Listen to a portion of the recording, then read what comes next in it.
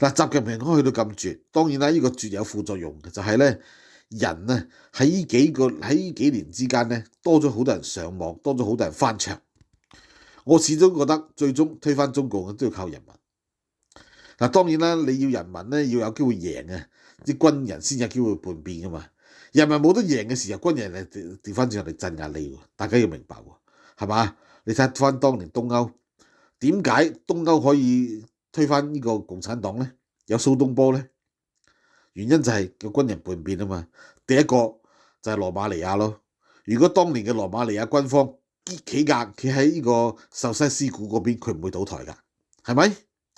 嗱，所以咧而家睇下啦，軍隊俾佢咁樣使法，會唔會有一批新嘅上嚟啊？有啲比較即係點講啊？會有接受新事物嘅，或者接受呢個西方嘅思想嘅人，咁真係唔敢講啊。可能有可能冇嚇。如果佢哋有翻牆，可能會嘅。